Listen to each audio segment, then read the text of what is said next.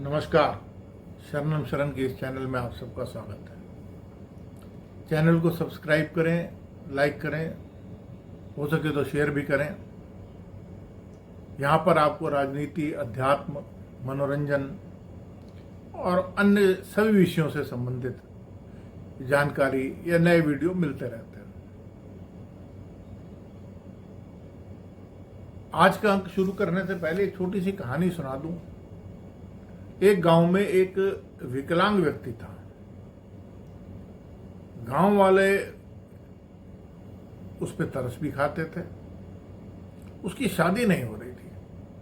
अब वो गांव में अकेला कुंवारा बच गया था। तो गांव वालों ने सोचा कि इस पे तरस खाया जाए, इसकी शादी करवाई जाए। अब आसपास के गांव में उसके लिए रिश्ता ढूंढा गया और उसका सौभाग्य था कि गांव के प्रधान की वजह से उसका रिश्ता हो गया।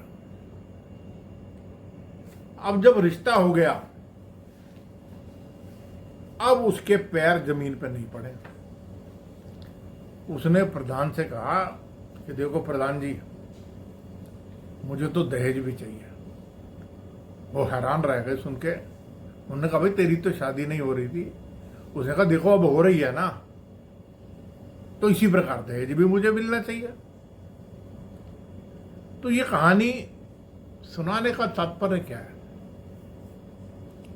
तात्पर्य ये है कि अगर किसी व्यक्ति को उसकी योग्यता से अधिक कुछ मिल जाए तो या तो उसे संतोष करना चाहिए, ईश्वर का धन्यवाद करना चाहिए, और या फिर उसको यही कहना चाहिए जैसा कि अभी हुआ है कि देश के उपराष्ट्रपति धनखड़ साहब ने इस्तीफा दे दिया। अब ये इस्तीफा और मोदी सरकार को गिराने की साजिश दोनों एक साथ जुड़े हुए हैं। आपने बहुत वीडियो देखे होंगे, लेकिन जिस प्रकार का संबंध हम बताएंगे, इस चैनल पे बताया जा रहा है, उसे आप ध्यान से सुनिए। धनखड़ जी स्वयं कहते थे मेरे ऊपर सिर्फ 3 लोग हैं, धनखड़ धनखड़ धनखड़, यानी आई, मैं। और उपराष्ट्रपति बनते ही उनकी महत्वाकांक्षा जाग गई और उन्होंने साफ कह दिया कि देखो जी, सबसे ऊपर तो राष्ट्रपति, फिर उपराष्ट्रपति और प्रधानमंत्री उसके बाद। तो सभी कार्यालयों में मेरा चित्र भी लगना चाहिए। राज्यसभा टीवी पे सबसे ज्यादा मुझे दिखाया जाना चाहिए और मुझे मोदी जी के बराबर की सुरक्षा मिलनी चाहिए। इससे पहले पूर्व राष्ट्रपति वेंकैया नायडू के पास बहुत कम सुविधाएं थी। उन्होंने रखी नहीं थी। उनके घर पे बहुत कम लोग काम करते थे। इनके यहां पर लगभग 50 लोग काम करते हैं, 25-25 की शिफ्ट में। Z+ सिक्योरिटी मिली हुई थी, जिसमें 58 कमांडो थे। दिल्ली पुलिस के PSO उसको देखते थे। बुलेट प्रूफ गाड़ियां थी और ताम झाम का काफिला था। घर की सिक्योरिटी ITBP के पास थी, पैरामिलिट्री के पास थी। लेकिन अगर आपको कोई पद मिल जाए और आप उसके साथ अन्याय कर दें, उस पद के साथ अन्याय कर दें, तो आपके साथ भी अन्याय होना अवश्यंभावी है। धनखड़ जी ने राज्यसभा सचिवालय से जो लोग थे उनको डेली वेजर कर दिया। वो कोर्ट चले गए, कोर्ट से जीत गए, अभी हाल में ही जीते हैं, और कोर्ट ने उपराष्ट्रपति को निर्देश दिया कि इनको आप बहाल कर रहे हैं या हम बहाल कर रहे हैं। इस प्रकार की स्थिति बन गई। अब बात करें कि ये इस्तीफा कैसे हो गया। ये खेल शुरू हुआ, खेल तो खैर कई महीनों से चला रहे थे वो, अपोजिशन पार्टीज के लीडर्स को मिल रहे थे, कई ऐसे कार्य कर रहे थे जिससे सरकार की किरकिरी हो, जबकि अपोजिशन पार्टीज इनके खिलाफ नो कॉन्फिडेंस मोशन लाई थी, फिर भी ये भूल गए और इन्होंने उन्हीं के साथ समझौता किया, क्योंकि इनके पुराने संबंध कांग्रेस से ही हैं। अब 20 जुलाई को, 21 जुलाई को इनका इस्तीफा हुआ है, 20 जुलाई को इन्होंने अपने घर केजरीवाल जी और संजय सिंह जी को बुलाया। उन्होंने रिक्वेस्ट नहीं करी थी इनसे मिलने की, इन्होंने खुद बुलाया और बुलाकर उनको कहा कि आप कुछ करते क्यों नहीं मोदी सरकार के खिलाफ।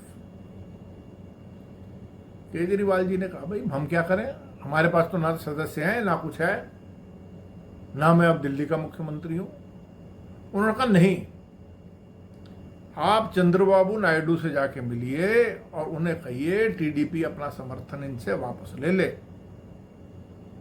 मोदी की सरकार को गिराना बहुत जरूरी है।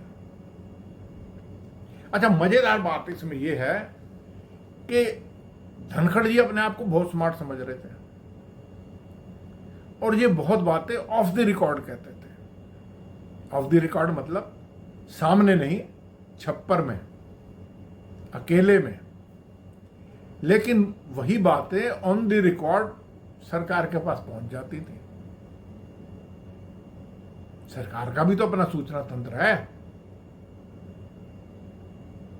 अब खेला शुरू हुआ 21 तारीख को। 21 तारीख को बाद इन्होंने जेपी नड्डा जी, जो सदन के लीडर हैं, उनको कहा कि आप पता करिए कि लोकसभा में ऐसा मोशन कोई आया है कि नहीं आया। उन्होंने कहा जी इसकी कोई जरूरत नहीं है। उन्होंने कहा ना, आप पता करिए कि वहां कोई मोशन आया है कि नहीं आया। किरण रिजिजू को कांटेक्ट किया, उन्होंने भी बताया कि ऐसा कुछ नहीं है, सरकार ने कह दिया कि हम अपने मर्जी से जब चाहेंगे मोशन लाएंगे, जब बात करनी होगी करेंगे। और इन्होंने यहां तक कहा कि आप प्रधानमंत्री से पूछ के बताइए कि वो कब जवाब देंगे। उन्होंने कहा जी ऐसा कोई दस्तूर नहीं है। उन्होंने कहा ना, मुझे तो पता करके बताइए। इनको स्पष्ट शब्दों में बता दिया गया कि ऐसा कुछ नहीं है।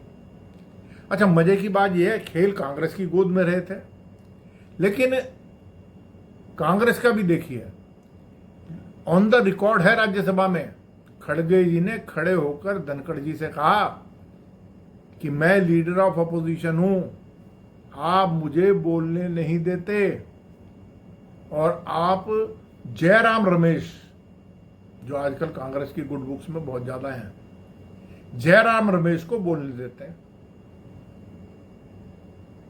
और जानबूझकर ये सत्ता पक्ष को टाइम नहीं देते थे, अपोजिशन को टाइम देते थे।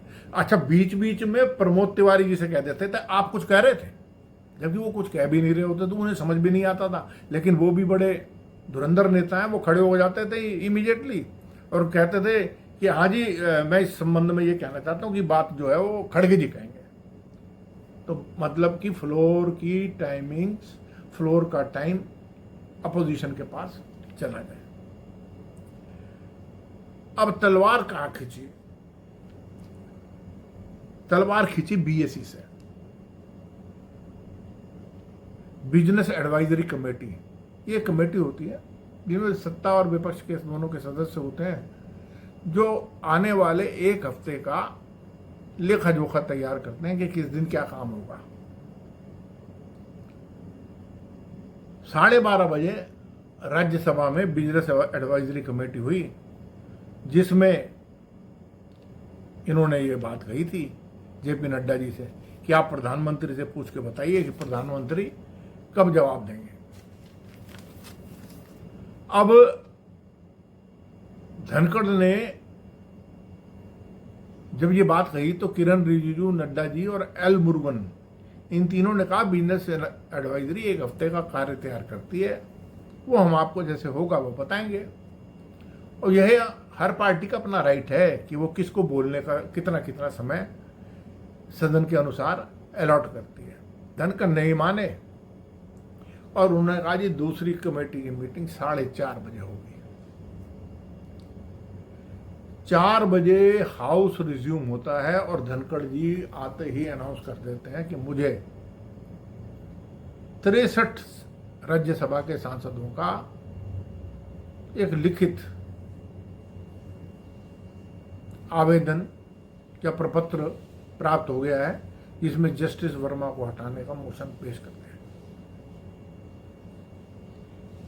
सरकार बिल्कुल भौचक्की रह गई कि ये किस प्रकार से उन्होंने खेल करने की कोशिश की।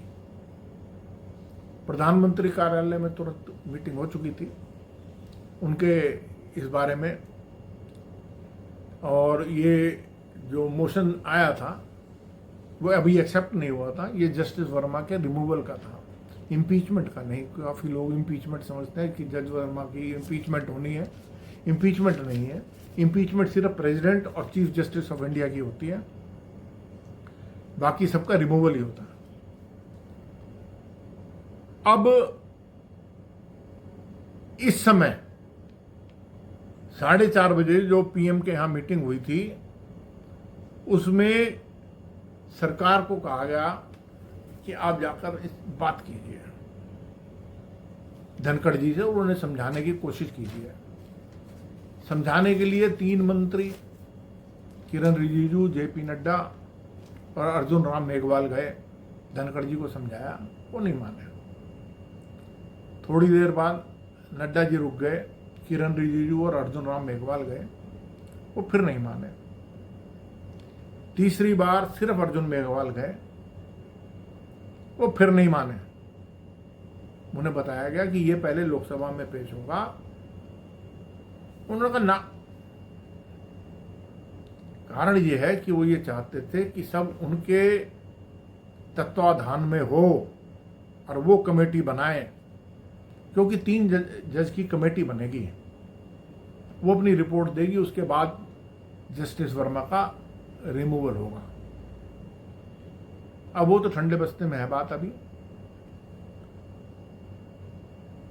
लेकिन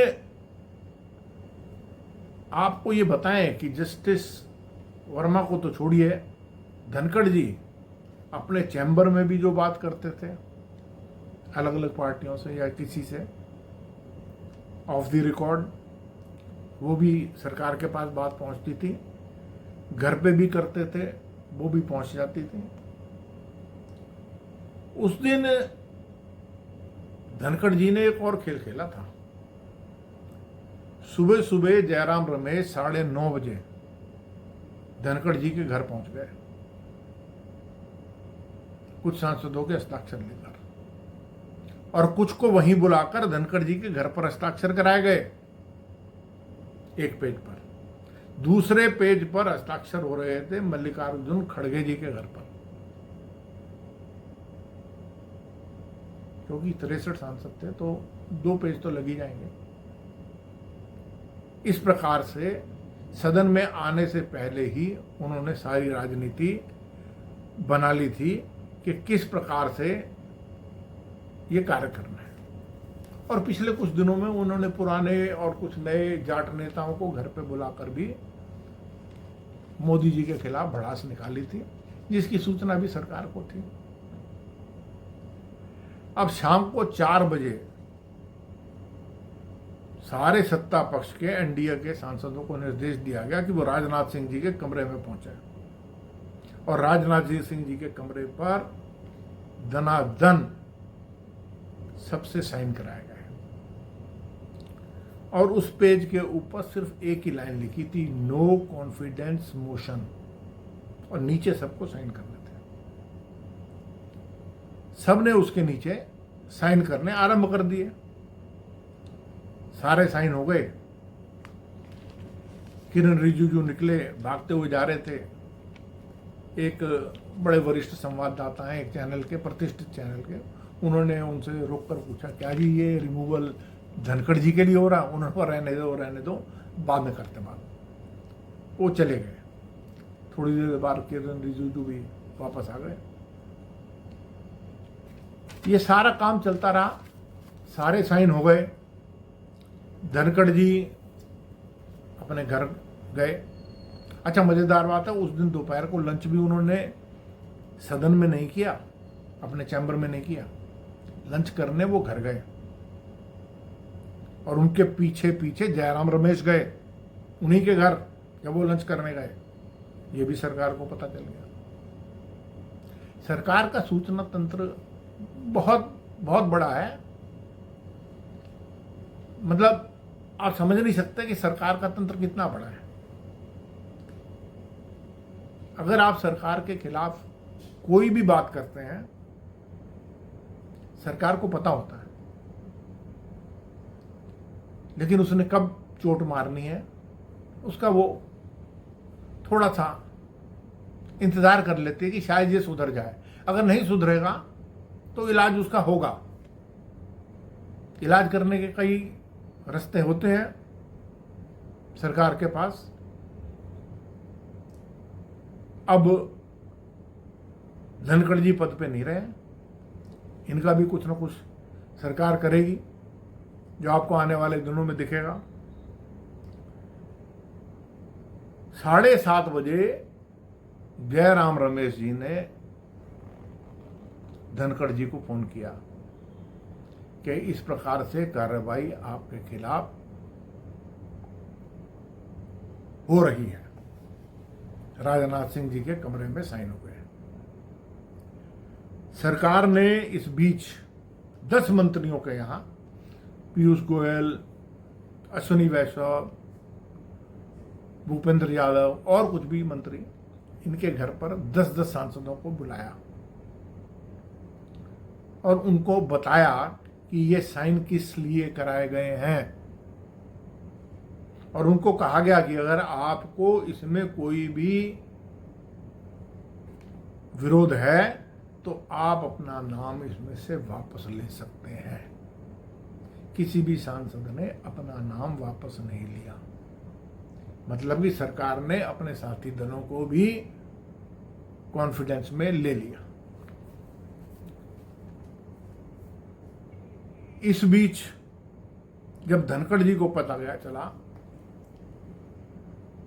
कि ये प्रस्ताव कल सवेरे सवेरे ही नो कॉन्फिडेंस का उनके खिलाफ ही आ जाएगा, उन्होंने हाथ पैर मारने की कोशिश आरंभ की। लेकिन अब कुछ हो नहीं सकता था। कांग्रेस को कुछ लेना देना था नहीं उनके साथ। उन्होंने तो उसका काम कर दिया। उन्होंने तुरंत अपना इस्तीफा लिखा हेल्थ ग्राउंड पे और राष्ट्रपति के यहां बिना अपॉइंटमेंट के पहुंच गए। हिंदुस्तान के स्वतंत्रता के इतिहास के बाद ये पहले व्यक्ति हैं जो बिना अपॉइंटमेंट के प्रेसिडेंट से मिलने पहुंच गए। प्रेसिडेंट से मिलने का एक प्रोटोकॉल है। वहां जो आदमी जाएगा उसे कौन रिसीव करेगा ये तय है। वो किस कुर्सी पर बैठेगा ये तय है। राष्ट्रपति किस ओर से आएंगी ये तय है। और क्या बात होगी वो पहले से ही उन्हें पता होनी चाहिए। और अगर उन्होंने कोई अपनी बात करनी है तो उसके लिए भी पहले से ही सूचना होनी चाहिए कि मैं कुछ पर्सनल बात करना चाहता हूं। 25 मिनट धनखड़ जी वहां बैठे रहे। उसके बाद महामहिम द्रौपदी मुर्मू जी आई। उन्होंने उनका इस्तीफा पढ़ा। धनखड़ जी पूरी उम्मीद में थी कि शायद ये कुछ बीच बचाव कर दें या किसी को फोन करें और पूछें, लेकिन ऐसा कुछ नहीं हुआ। आप ये सोचेंगे कि राष्ट्रपति तक भी क्या सूचना नहीं पहुंचती? देश में जो हो रहा राष्ट्रपति को भी पता होता। उन्होंने इस्तीफा स्वीकार कर लिया और उसके बाद धनखड़ जी वापस अपने घर आए। घर आकर उन्होंने अपना इस्तीफा एक्स पर पोस्ट कर दिया। अब मजेदार बात यह है कि कांग्रेस में समझदार लोगों की शायद कुछ कमी है। जयराम रमेश जो इतने चतुर खिलाड़ी बन रहे थे, और राहुल गांधी जी जो बहुत बड़ी बड़ी बातें करते हैं, उनके पास एक आदमी भी इतना समझदार नहीं था जो उनको ये समझाता कि धनखड़ जी को बोलो कि इस्तीफा ना दें, सरकार को ये अविश्वास प्रस्ताव लाने दें, ताकि सदन में अपोजिशन सरकार से पूछे कि अरे जिस आदमी को तुमने बनाया था उपराष्ट्रपति, उसको तुम क्यों हटा रहे हो। ये एक बड़ा मौका था विपक्ष के पास, जो विपक्ष ने खो दिया। अब अगला राष्ट्रपति, अब आप यूं समझ लीजिए कि दूध का जला छाछ को फूंक कर पीता है। बीजेपी ने अपने कैडर का व्यक्ति ना बनाकर बाहर से व्यक्ति लाए, जो पहले जनता दल में रहा, कांग्रेस में रहा, उसके बाद कुछ भी नहीं रहा, फिर भी बीजेपी ने उसे पश्चिम बंगाल में राज्यपाल बनाकर भेज दिया। बस उनकी एक उपलब्धि थी कि उन्होंने बस पश्चिम बंगाल में ममता बनर्जी को परेशान किया। शायद यही सोच के बीजेपी ने उनको राष्ट्रपति उपराष्ट्रपति बना दिया। अब उनकी महत्वाकांक्षा ज्यादा जाग गई थी, तो उसका परिणाम उन्होंने भुगत लिया। अब बात वही हो गई कि दूध का जला छाछ को फूंक फूंक कर पीता है, लेकिन बीजेपी अब छाछ को फूंक फूंक कर नहीं पिएगी। अब ये दूध को, छाछ को अच्छी तरह फ्रिज में ठंडा करने के बाद पिएगी, और अगला उपराष्ट्रपति बीजेपी का विचारधारा के प्रति पूर्णतः समर्पित और आरएसएस से समर्थित, आरएसएस वैसे तो ज़्यादा दखल नहीं देती इन कामों में, लेकिन फिर भी पूर्णतः बीजेपी की विचारधारा का व्यक्ति होगा, ताकि इस तरह की कोई स्थिति उत्पन्न ना हो। और इसी के साथ इस कहानी का अंत हो गया। आगे फिर जब नई कहानी होगी फिर आपसे मिलूंगा। तब तक के लिए नमस्कार। चैनल को सब्सक्राइब करें, लाइक करें, सब्सक्राइब करें, लाइक करें। 2 बार कहूँगा। आप में से कुछ लोगों ने सब्सक्राइब नहीं किया तो शेयर भी करें। ज़्यादा से ज़्यादा लोगों तक ये सूचना पहुँचेगी, देश का ज्ञान बढ़ेगा। आपका भी ज्ञान थोड़ा बहुत जितना मुझे आता है मैं उतना बढ़ाता रहता हूँ। धन्यवाद, नमस्कार।